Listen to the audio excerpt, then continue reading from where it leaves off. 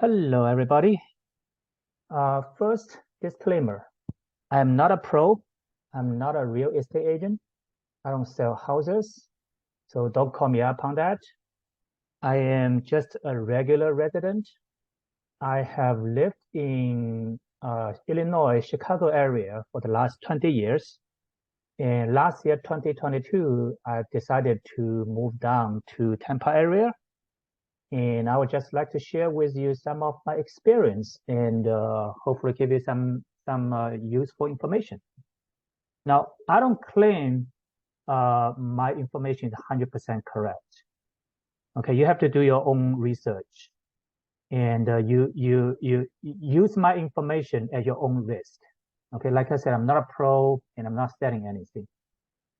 And also, some of the stuff that I'm going to talk about sounds kind of negative. That doesn't mean I don't like Florida. I actually like Florida very much. Um, I don't talk about the pros of moving to Florida because there are just too many of them online. You can just, browse YouTube or whatever you want. So I'm only going to talk about things that I myself found, very hard to find online when I planning to move to Florida, or things that, come as a surprise to me. Okay. All right, cool. Let's get started. First, let's address the elephant in the room. Hurricane. Is hurricane a concern? And is hurricane a showstopper? The short answer to those questions is yes, it is a concern. But no, it is not a showstopper. Well, if you read the news, then you get an impression that hurricanes are getting worse and worse, and it's a disaster and stuff.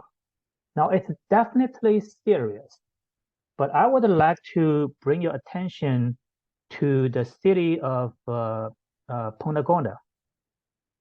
City of Punta Gorda and surrounding area like Port Charlotte and Northport and stuff. Very beautiful city and growing really, really fast, especially Port Charlotte.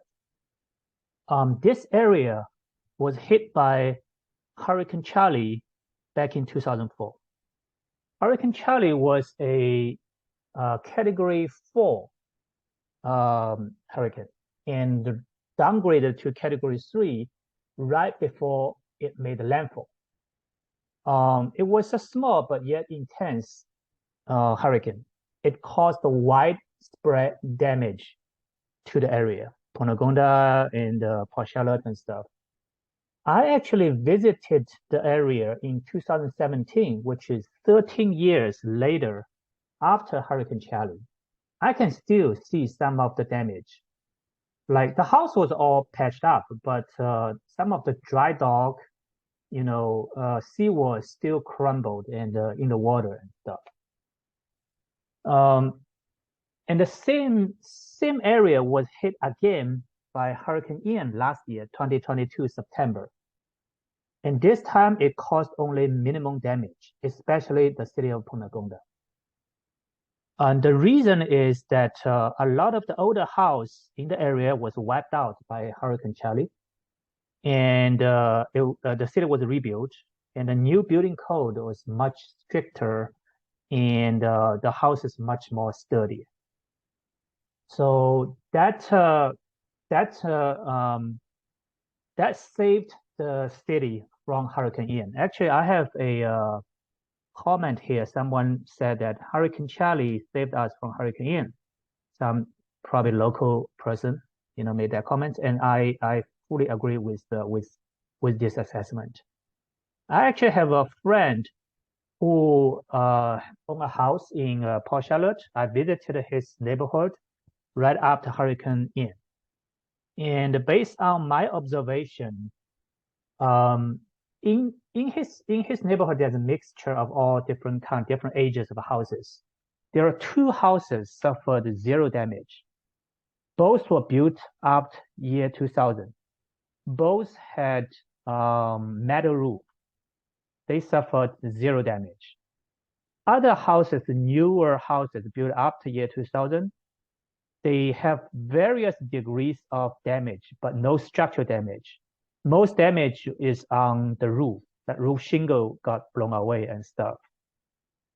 And the house built like 1970s, 80s, a lot of them suffered significant damage, like structural damage. I remember there was one house that its ceiling collapsed down into the living room and made a mess out of it.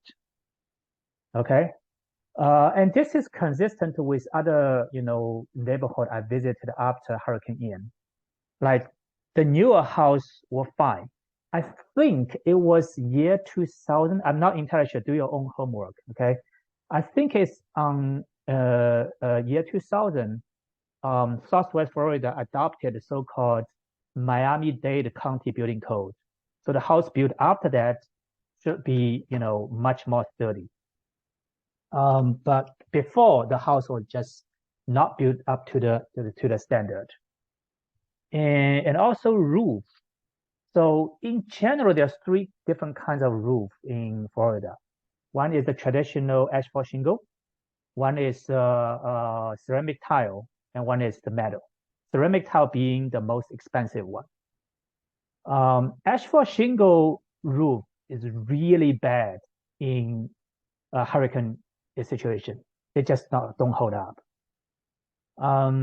Ceramic tile was better, but also saw some damage. The only kind of roof that I never see a single roof got damaged was metal. I never seen a metal roof got damaged after Hurricane Ian. Now, don't get me wrong. That metal roof needs to be installed properly. If you buy older house like 70s, 80s, they may have a metal roof. Those roofs, some of them may only be stapled down to the roof panel. Those are not hurricane proof. You really want a newer standard that they either use a nail or screw down to the panel, and those are really sturdy. Okay. Let me see. There are some. Okay. So another thing I wanted to say is that a lot of the house in Florida has swimming pool, and they all have this kind of they call it a cage. Okay, these cage has screen on them to protect it from the bugs and mosquito and stuff. These screen are very prone to torn in hurricane situation, but these are fairly cheap to repair. I think a couple of years ago it was like $50 for any panels that down there, and for the higher one it's $100.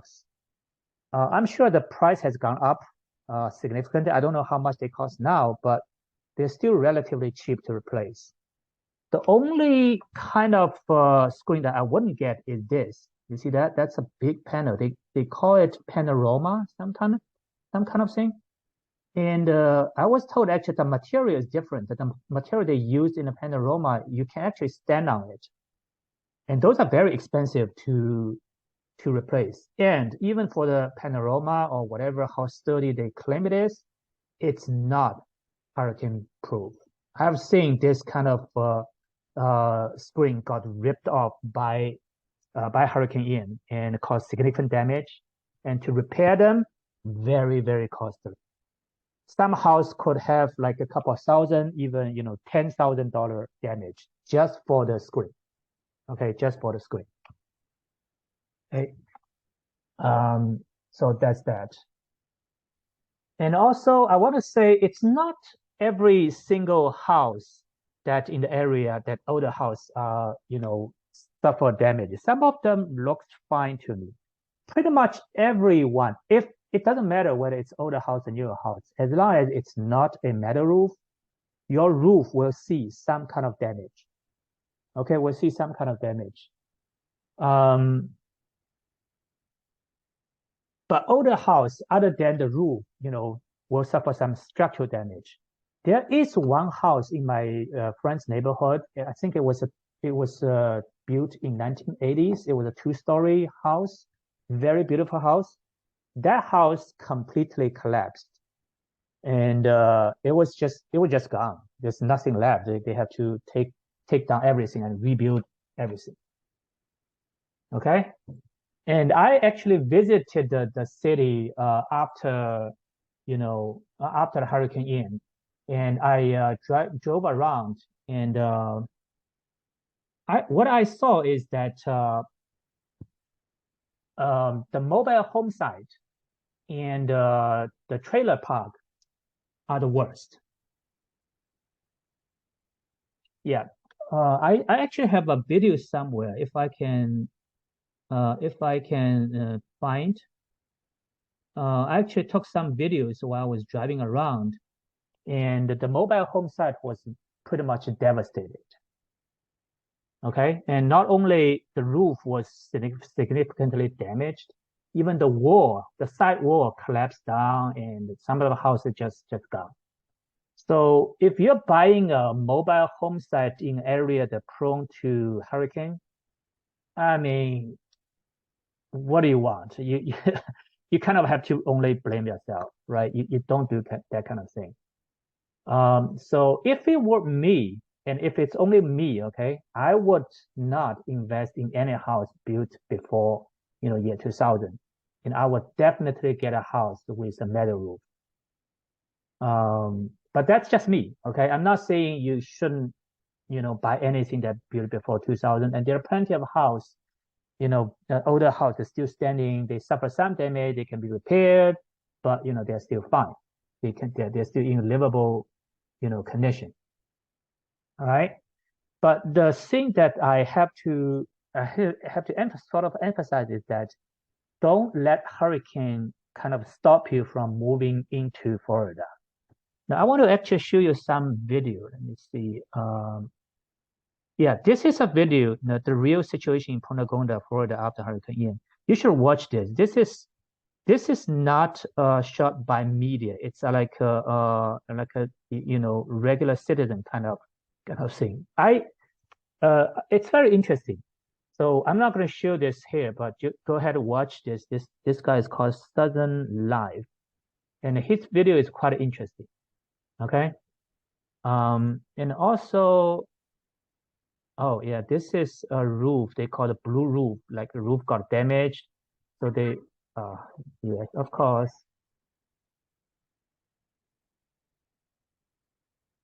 Yeah, you see that the blue roof on the background? That's the repair.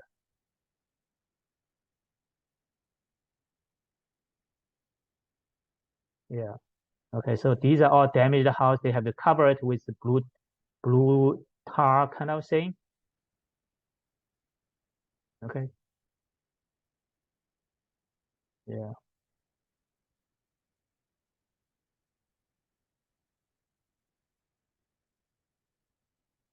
Yeah, this is a pretty new. You can see the style. This is a pretty newer house, probably built after year 2000, but still, roof. If you don't have a metal roof, you will see some damage.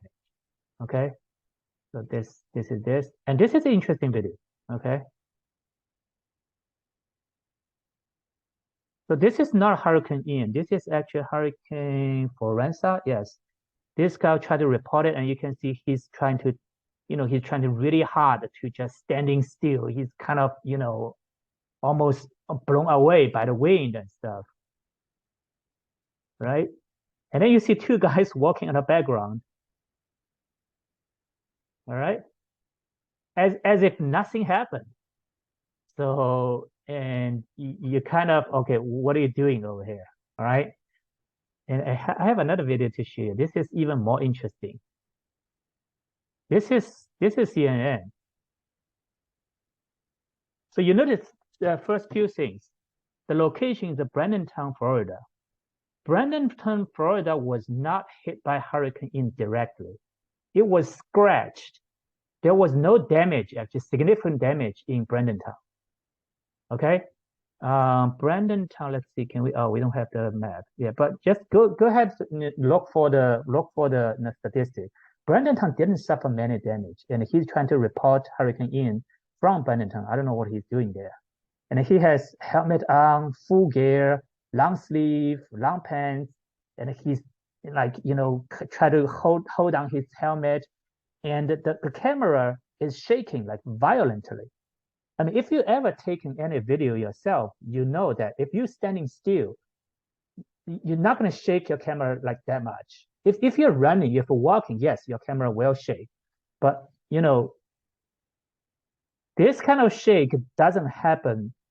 It's not natural if you're just standing still, try to take a video. And more interesting, you can see on the background, there's a guy working there as if nothing happened. Let's watch that again. See that guy? See that guy? He walked to his car. He just casually opened the door. He actually left the door open. He didn't even hold it. You see that? And then he closed it. He was doing something over there. He didn't enter the car. And now he's in the car. He closed it and he drove away. So you really ask question, is this real or not? So this is what I was talking about, that the media kind of, CNN is very good at these sort of things, okay? You need to understand that the job of media is not reporting, truth 100%. They're a company, they're a for-profit company. They're here to make money. And to make money, they must attract eyeballs. What can attract eyeballs? Well, drama. Okay, drama can attract eyeballs. So now I'm not here to tell you don't worry about hurricane. Of course, hurricane is a big deal. And Hurricane Ian caused significant damage, not in Punta Gorda, but in other places. And over 100 people died, like I said. So it's definitely a big deal. All I'm saying is do your research. Don't trust the media 100%. Okay? All right. Okay, that's that. All right, so we talked enough about hurricane. Let's move on. Second thing I want to talk about is insurance. You need to understand that Florida, the entire state, is a nightmare, is a hell for insurance, especially home insurance. As a matter of fact, a lot of the bigger insurance companies like Geico, Farmers don't even do business anymore in Florida. Well, I'm not sure if they just don't do business in the entire state, or they just don't do home insurance in certain area in Florida. But what I did is I went to their website. I pretend I'm a homeowner. I put in an address, try to see what's the insurance coverage, how much should I pay and stuff. And I got a reject message to say, sorry, we don't insure a house in the area that you want to move to. Okay, so that comes as a really shocking news to me. And you can see you can see that if you really want insurance, the premium will be really, really high. Okay, I don't know how much it is. It will based on different house, different situation, different age and stuff. But I guarantee you it's going to be pretty expensive. To the extent now there's something called, I don't know the exact name, something called a people's insurance, or it's some kind of government subsidized insurance that people buy. And it's slightly cheaper than the commercial ones. And that's what everybody, goes for. And even that insurance is more expensive than everywhere else. And it's not as good as you think. Okay. Now I haven't bought any home insurances, so I can't tell you exactly what's the number. But all I can tell you is it's gonna be pretty bad. All right. Other than home insurance, even auto insurance is more expensive. Now that I can tell because I already bought my auto insurance.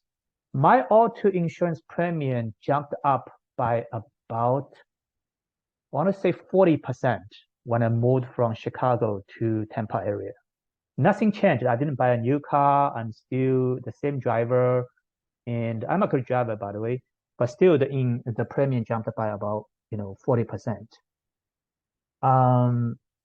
But I do want to point out, Florida doesn't have a state income tax, so it's kind of compensate a little bit. Yes, you pay higher auto insurance. Yes, you pay higher home insurance, but you pay much lower, zero actually, for income state tax. So kind of, compensate a little bit. Oh, one of my friends told me that Florida is one of the worst car incident state in the nation. And I kind of, based on my own observation, I kind of agree with him because I've seen really strange things on the road, like lots of motorcycles, lots of accidents, and I've seen the really strange behavior on highway. I've seen cars driving like 45, 50 miles per hour on 75, on I-75. In I-75, the speed limit is 70. So driving like a 50, that's really dangerous. Okay, there was one time I was like, why the lane next to me, the left, right, they all move really fast. When my lane is kind of moving really slow. So I swoop to the left lane. I drive over to the front and saw this dude driving like a 50 miles per hour and block everybody behind him. And in front of him, there was literally nothing. The lane was completely empty. You know, I don't know what this dude was doing. And also seeing like the guys riding a really, really small scooter, not even motorcycle, scooter, driving at 25 miles per hour on a local, fortunately it's a local, but it's a really busy local, like a 6-lane local road with speed limit of 40, 45. You know, just, I mean, you half of other people's speed is just asking for incident, you know. I have heard that there are people, you know, deliberately cause, you know, incident and try to, you know, get you to pay them money and stuff. They actually try to target license plate that from out of state. I have never seen that personally. I don't know whether it's true or not. But I did heard story, this kind of thing. So I wouldn't be surprised that you have to pay higher auto insurance when you move down to, Florida area. Okay. So that's driving. Related to driving, traffic, it is 5:35. It's actually local time 6:35. This is actually Chicago time 6:35, and you can see a lot of red in this area on the highway. Okay. Coming down from Chicago, I was thinking like, okay, Chicago is the third largest city in the nation, and the traffic here should be better than Chicago, right? Well, I was wrong.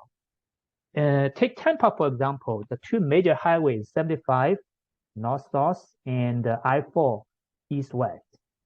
Okay, 75 from as north as Gainesville, here, Gainesville, Tampa and Sarasota and Punta Gorda, Port Charlotte and Fort Myers, Cape Coral and stuff. There are a lot of traffic jam. And I-4 is even worse. I-4 between Tampa and Orlando, almost always jammed. Always there's some section jammed up, especially this area. They're close to entering into Orlando. Now, once you're inside Orlando City, these areas actually are fine because, you have alternative. You have local road, you can drive. But in the suburb, when you want to enter, Orlando, there's only one highway, okay? So I-4 is almost always jammed up. And this area from Riverview, from Brandon, north, and then go west into the city, almost always jammed up during morning, rush hour. Okay. And in downtown Tampa and the airport area, those are also, you can see they're all red. Okay. And down here, this section is relatively fine. Relatively fine. Apollo Beach, Ruskin, those are okay. But starting from this junction, the 275 to 75, this junction, all the way to Brandontown and Sarasota and stuff, all the way going down here, almost here, Venice, almost north of Venice. This section from here all the way to here, there's always traffic jam. There was one time actually I was jammed up somewhere here for an entire hour. Okay, and this is not even downtown. Downtown is here. This is Sarasota downtown. This is already over here. It's already suburb, but still, it's jammed up really, really badly. So if you move to, if you're gonna move to Florida, and if you're retired, obviously you don't care. The traffic jam, you don't really care. Weekend is always better.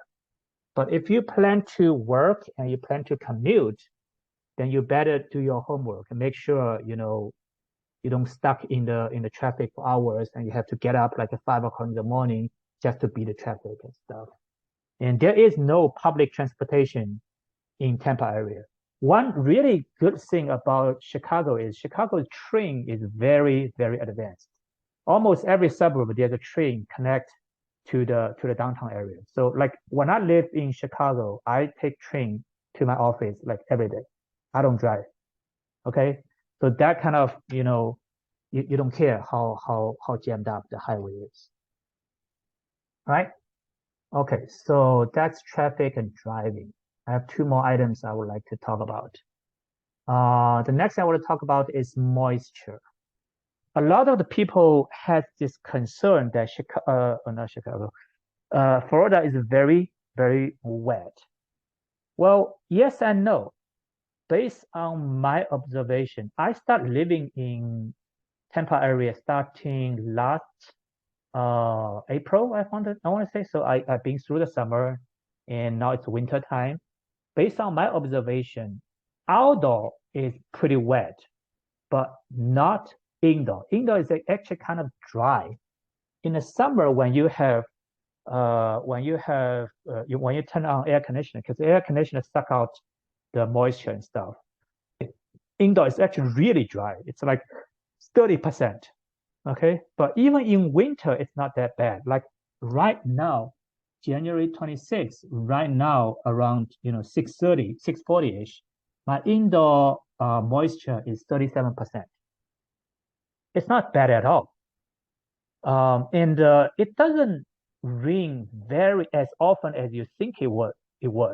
Now, it does rain more often than Chicago, but my observation is it's usually rain overnight, and in the morning the sun comes out and everything's shiny. Okay, so it's not as bad as I thought. But this is all relative and depending on what your expectation is. I was born in Shanghai. In Shanghai, the moisture is crazy. Okay, absolutely crazy. We have a month, we call it the yellow mold season. It's literally 1 month, non-stop, pretty much non-stop raining all day long. And it's really small rain. It's not like a downpouring. It's really tiny, teeny, drifting kind of rain, but it's just non-stop. So the moisture shot up like crazy in the entire month, and everything grow mold, yellow mold. That's why they call it yellow mold season, right? That's not the case, at least in Tampa. Now, I don't know, maybe 2022 was a particular dry season for Tampa area. I don't know. But at least from my limited experience, it doesn't rain all day long. It rains and it stops, and sun comes out, and the moisture goes down. Okay, so moisture is not a major issue to me. Okay, the last thing I want to tell you about is the building and the home situation in the area. The building is really, really slow. I actually built my house back in Chicago. Now, I didn't physically build it, but I had some contract and built a house. We broke ground in March, and the house was complete in August. It was a really big, full 2-story house. It only took like 5 months. That is not the case right now in Tampa or Punta Gonda or Fort Myers area. You can't get that speed, and I suspect the entire state is like that. You're looking at least a year, maybe two. Okay, so if you're thinking I'm going to buy a lot because the lot is relatively cheap, and then I'm going to hire a company to build it, you must take into account you're going to have to probably wait 2+ years to be able to move in. Okay, so it's much better to buy a existing house that's already built. You just pay the money and move in, and that's it. Okay, And not only that, even the contractor, like a handyman, it's very hard to find. If you are a handyman, you're gonna move over here, then this is heaven for you. There are plenty of jobs, so many opportunities. Okay, but if you're not, you're thinking, okay, I'm buy a crappy house, I'm gonna, repair it and flip it up and stuff like that. Keep in mind, it's very difficult to find a handyman over here. Okay, all right. So that's all I have to say about moving to Florida. And if you have any question, post your question downstairs. I'll try my best to answer. And if I found anything else that I want to tell you guys, I will probably put another video in the future. Okay, until then, peace out.